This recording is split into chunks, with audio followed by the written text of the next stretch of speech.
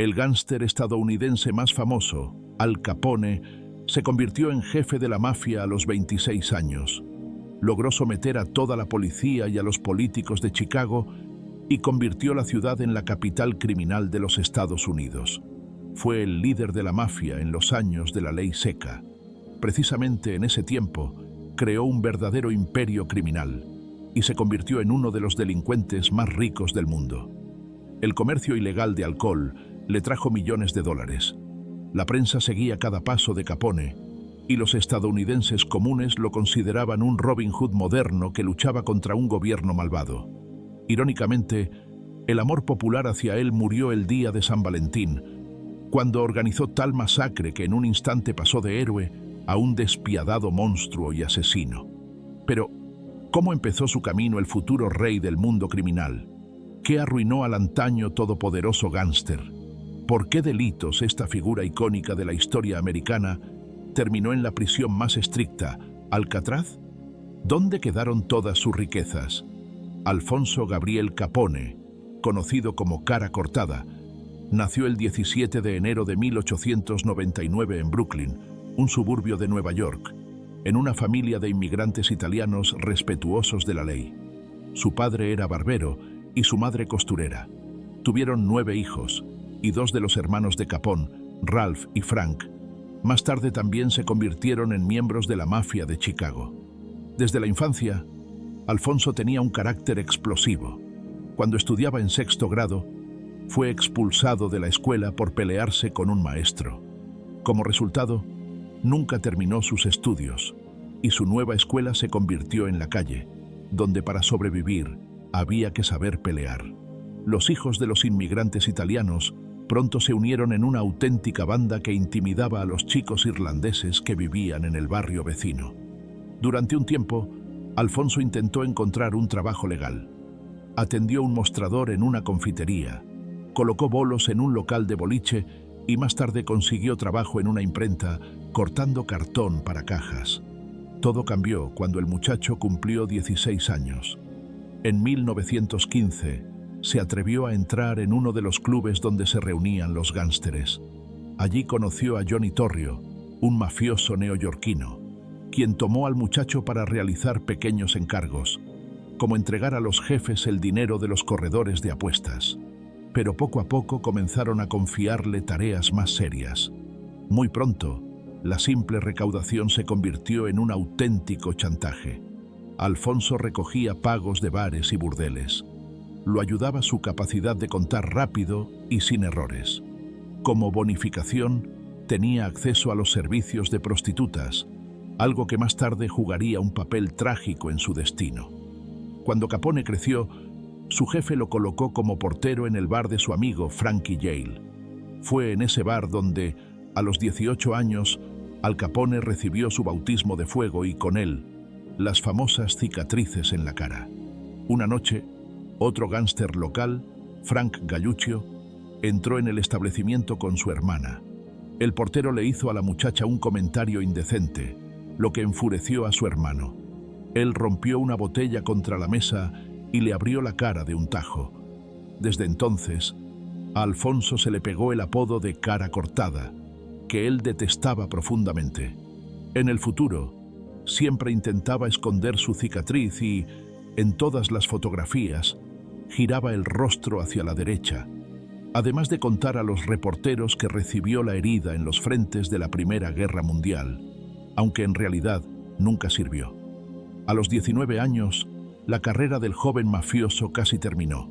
Entonces conoció a la chica de sus sueños, completamente distinta de las mujeres fáciles con las que había tratado antes. La irlandesa May Coughlin trabajaba en la misma imprenta donde Capone seguía empleado paralelamente a sus actividades criminales. La relación se desarrolló rápidamente y, para el verano de 1918, se descubrió que Mae estaba embarazada.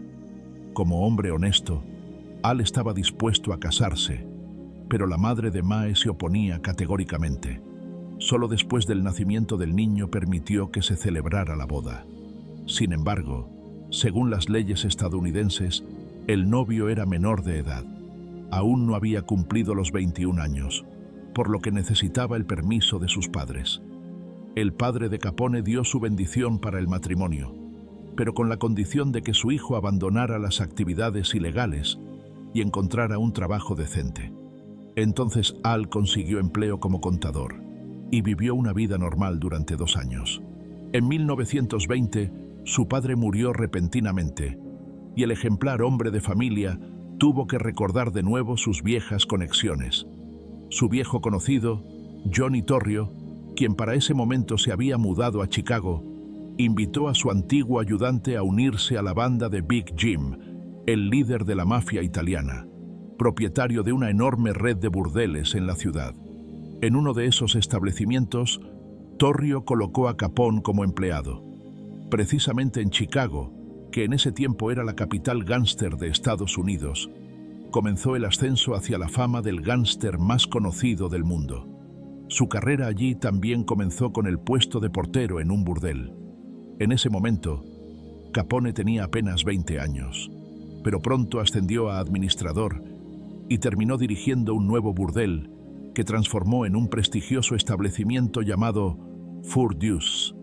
El primer piso era una cervecería, el segundo un local de apuestas, el tercero un casino y en el cuarto se ofrecían servicios de prostitución. Nadie podía imaginar que ese lugar pronto generaría sumas astronómicas, alrededor de $35 millones al año, que en valor actual superan los 500 millones. En esa época, el 17 de enero de 1920, entró en vigor la ley seca en Estados Unidos. Nadie dejó de beber, pero el negocio se volvió ilegal. Los gánsteres comprendieron rápidamente que el contrabando de alcohol se convertiría en una mina de oro. Los líderes de las agrupaciones de Chicago comenzaron a comprar cervecerías y a abrir destilerías clandestinas. Johnny Torrio también quiso organizar un negocio rentable y propuso a su jefe, Big Jim, traer whisky desde Canadá y venderlo en Chicago dentro de su red de burdeles y bares. Pero el jefe se negó, y entonces el ambicioso y despiadado Torrio decidió eliminarlo. El asesino fue un viejo conocido de Nueva York, el matón Frankie Yale. Aunque existe la versión de que el propio Al Capone mató a Big Jim, pero como la mayoría de los asesinatos de gánsteres, este crimen nunca fue resuelto.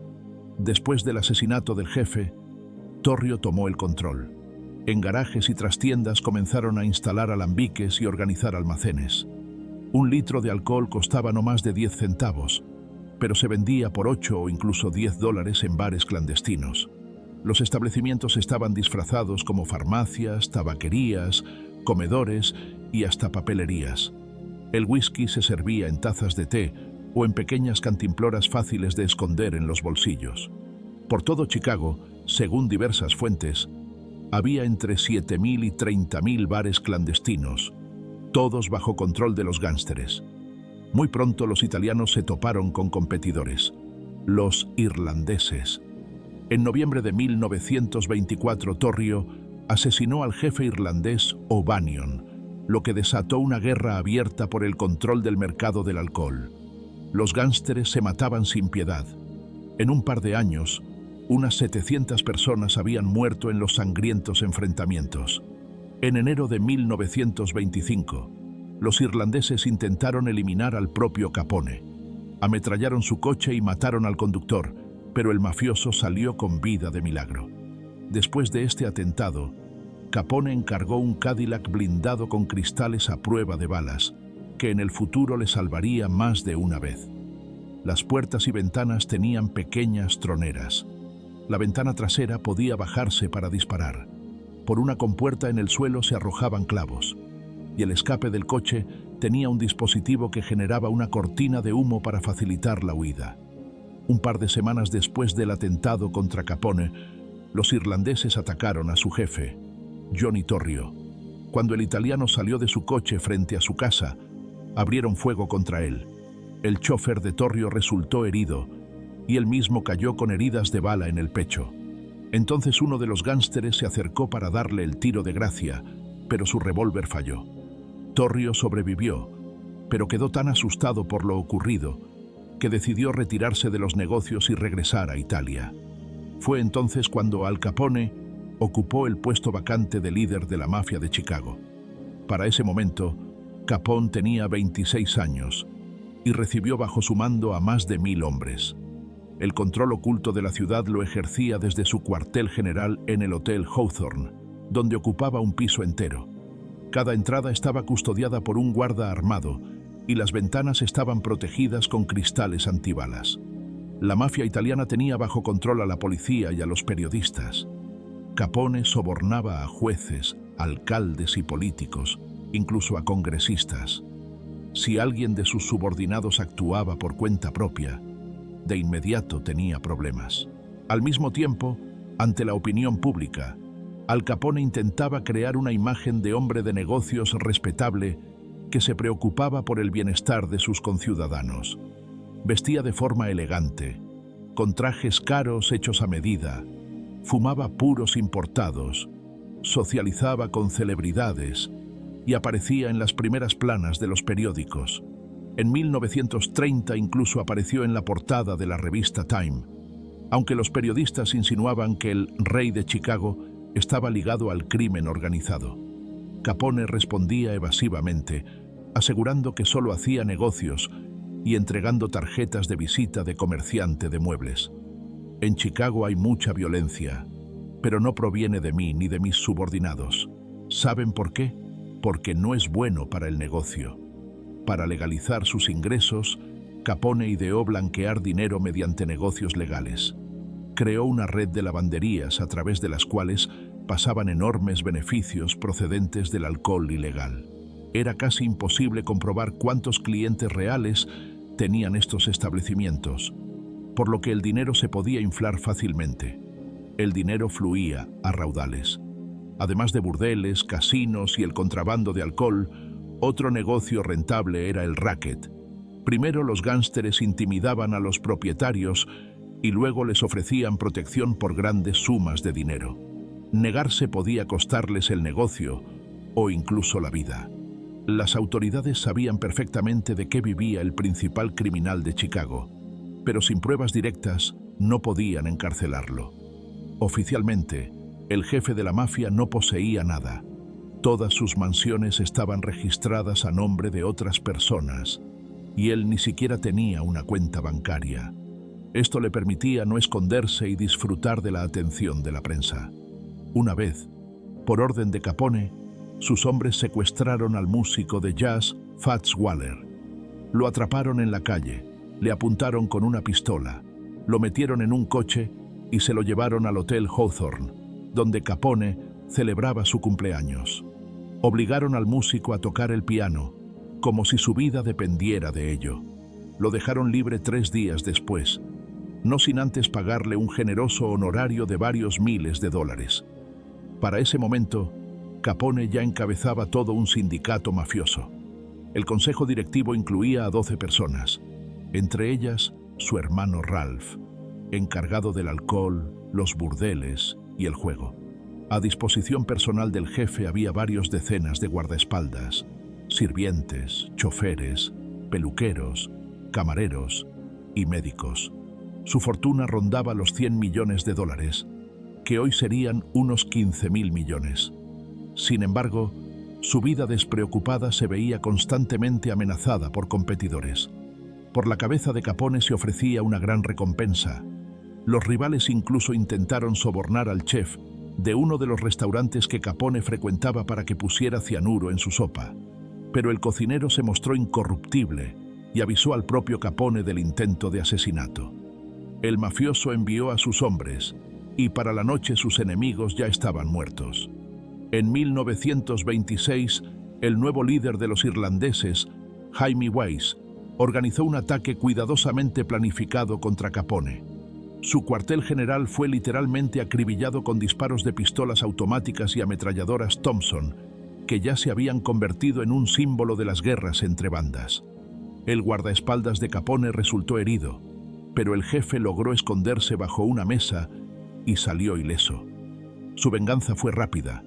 Poco después, Wise fue asesinado. No pasó mucho tiempo antes de que el mafioso italiano se enterara de un complot de otra banda rival. planeaban un nuevo atentado contra él. Entonces Capone invitó a los líderes de todas las bandas a un banquete y cuando levantó la copa para brindar, sacó un bate preparado de antemano y, ante los ojos de los presentes, mató a 2 conspiradores a golpes. Otro traidor resultó ser el viejo amigo y mentor de Capone, Frankie Yale, quien le había dado su primer trabajo de portero en Brooklyn. Ahora Frankie era uno de los principales proveedores de whisky desde Canadá y se encargaba de que los camiones llegaran a Chicago sanos y salvos.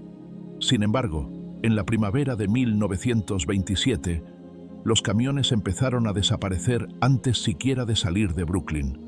Capone sospechó algo y ordenó vigilar los vehículos. Se confirmó la sospecha. Los robaba el propio Frankie.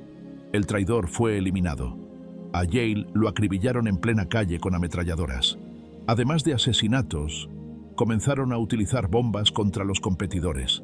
Las arrojaban también en bares que se negaban a comprar alcohol a la banda de Capone. En la segunda mitad de los años 20, más de 100 personas murieron en ese tipo de explosiones. En 1929 los irlandeses, ahora dirigidos por Box Moran, desataron una guerra abierta contra la mafia italiana. Comenzaron a robar camiones con alcohol, a volar bares y almacenes y a organizar emboscadas. La tensión creció hasta el límite. El conflicto estalló en el episodio que cambiaría para siempre la imagen pública de Capone. El 14 de febrero de 1929, los irlandeses llegaron a su almacén para recibir un nuevo cargamento de whisky de contrabando. En ese momento, al lugar entraron hombres vestidos como policías. Al principio, los gánsteres pensaron que era un error. Después de todo, tenían todo arreglado con la policía. Obedecieron y se alinearon contra la pared para ser registrados. De repente, los policías levantaron las ametralladoras y, a quemarropa, acribillaron a 7 altos miembros de la banda irlandesa. El objetivo principal, Bugs Moran, se salvó porque había llegado tarde y huyó al ver el coche policial cerca del almacén. Ese mismo día, en los periódicos aparecieron las horribles fotografías de la escena del crimen, que conmocionaron a la opinión pública y dañaron gravemente la reputación de Capone. Aunque no se encontró ninguna prueba directa y el propio jefe tenía una coartada perfecta, estaba en Florida en el momento de la masacre. Nadie dudaba de que la matanza del día de San Valentín había sido obra de los italianos. El presidente Herbert Hoover fue informado del crimen y exigió que Al Capone fuera encarcelado de cualquier manera. Declaró al gánster enemigo público número 1, afirmando que su mera existencia era un insulto a Estados Unidos. No logrando demostrar su participación en el asesinato del día de San Valentín, las autoridades decidieron acusarlo de varios delitos menores. En marzo de 1929, Capone debía comparecer ante el tribunal por violar la ley seca, pero no tenía intención de abandonar Florida. Fingió estar enfermo de neumonía e incluso presentó un certificado médico. Sin embargo, en lugar de los 40 días de aplazamiento que pedía, el juez retrasó la sesión solo una semana. Cuando Capone se presentó, fue arrestado por desacato al tribunal. El FBI descubrió que durante su enfermedad había asistido a carreras de caballos en Miami, volado a las Bahamas, declarado ante un fiscal y se había sentido perfectamente. Esta vez, logró evitar la cárcel pagando una fianza de $5.000 y quedó en libertad. Pero 2 meses más tarde, en mayo de 1929, volvió a estar en el banquillo, esta vez por portar un arma ilegalmente. En realidad, tenía permiso, pero lo había obtenido en Chicago y solo era válido en Illinois. Capone fue detenido en Filadelfia. Para él, este arresto no significaba nada nuevo y no le dio importancia. Sin embargo, esta vez todo fue diferente. Pese a los esfuerzos de sus abogados, el rey de Chicago recibió una condena de 1 año. Incluso desde la cárcel seguía dirigiendo sus actividades criminales. 9 meses después, en febrero de 1930, fue liberado. Pero los problemas apenas comenzaban. Capone intentó mejorar su imagen deteriorada mediante la caridad. En otoño de 1929 comenzaba la Gran Depresión, una crisis económica mundial que llenó las ciudades estadounidenses de personas sin hogar. El gángster abrió una amplia red de comedores benéficos, donde más de 3.000 personas recibían cada día sopa con carne, pan y café con un donut. Pero ya era tarde para restaurar su reputación. A comienzos de la década de 1930, la criminalidad en Chicago se convirtió en un problema serio. Las bandas aterrorizaban la ciudad y cobraban enormes cantidades de dinero mediante extorsiones. El crimen, la política y los negocios se habían fusionado. Fue entonces cuando el trabajo del presidente Hoover para detener a Capone comenzó a avanzar rápidamente. En 1931, el gobierno federal ideó una forma de encarcelar a Capone de manera definitiva. Entraron en acción el Departamento de Justicia, el FBI y la Agencia Tributaria. Decidieron presionarlo desde dos frentes. El agente Frank Wilson debía encontrar pruebas de que Capone evadía impuestos, mientras que otro agente especial, Eliot Ness, debía perseguirlo por violaciones de la ley seca. El equipo de Ness realizaba redadas. Destruía destilerías clandestinas y almacenes, privando al contrabandista de alcohol de grandes cantidades de ingresos. Dado que actuaban siempre dentro de la ley y no aceptaban sobornos, la prensa los apodó los Intocables. Juramos enviarlo a prisión por todos los medios legales disponibles y lo lograremos, declaró Ness. Al principio, Capone intentó utilizar métodos habituales. Ofreció grandes sobornos a los hombres de Ness, pero ellos resultaron incorruptibles. Entonces el gángster organizó varios intentos de asesinato contra los agentes. «Encuéntrenme a ese Sanka Ellis», decía Capone. «Encuéntrenlo y mátenlo. Maten a su familia». Pero Eliot Ness sobrevivió a todos los atentados. El grupo causó un daño significativo al negocio de Capone, pero aún no había pruebas suficientes para acusarlo formalmente. El éxito vino desde el otro frente. El agente Frank Wilson logró convencer a O'Hara, uno de los hombres de confianza de Capone, a colaborar. Obtuvo los libros de contabilidad del gángster y las claves para descifrarlos. Gracias a esto, los federales pudieron estimar, al menos aproximadamente, los multimillonarios ingresos del dueño de Chicago y presentar cargos por evasión fiscal. Los abogados de Capone entendieron el peligro y lo convencieron de llegar a un acuerdo: admitir la culpa a cambio de una pena reducida. En ese caso, solo cumpliría 2 años de prisión, pero tan pronto como Capone reconoció su culpabilidad, el juez rechazó el acuerdo. Sorprendido, Capone cambió inmediatamente de estrategia y declaró su inocencia. Sus hombres intentaron sobornar a casi todos los miembros del jurado, pero el juez se enteró y cambió al jurado completo el mismo día del juicio. En octubre de 1931, Al Capone fue condenado a 11 años de prisión y enviado a la cárcel de Atlanta. Durante el examen médico en la prisión, los doctores le hicieron por primera vez un diagnóstico oficial: una forma avanzada de sífilis que Capone había contraído de prostitutas cuando era adolescente. La enfermedad había comenzado a progresar y afectaba su sistema nervioso y su cerebro. Pero el director de la prisión no le otorgó ningún privilegio. Al antiguo jefe del sindicato criminal le tocaba trabajar en igualdad con todos y obedecer reglas estrictas. Privado de privilegios, Capone entabló amistad con un compañero de celda que en el pasado había pertenecido a la banda de Chicago, y este se convirtió en su protector. Pero cuando las autoridades de la prisión se enteraron, endurecieron aún más el régimen y trasladaron a Al Capone a la cárcel más estricta de Estados Unidos, Alcatraz, situada en una isla de la bahía de San Francisco. No quiero ir allí. No quiero ir. Mamá, ayúdame, por favor. Yo los maté. No recuerdo sus nombres, gritaba Capone, ya con signos de deterioro mental. Allí, su estado empeoró rápidamente. Su memoria comenzó a fallar y las cartas a sus familiares se convirtieron en incoherencias.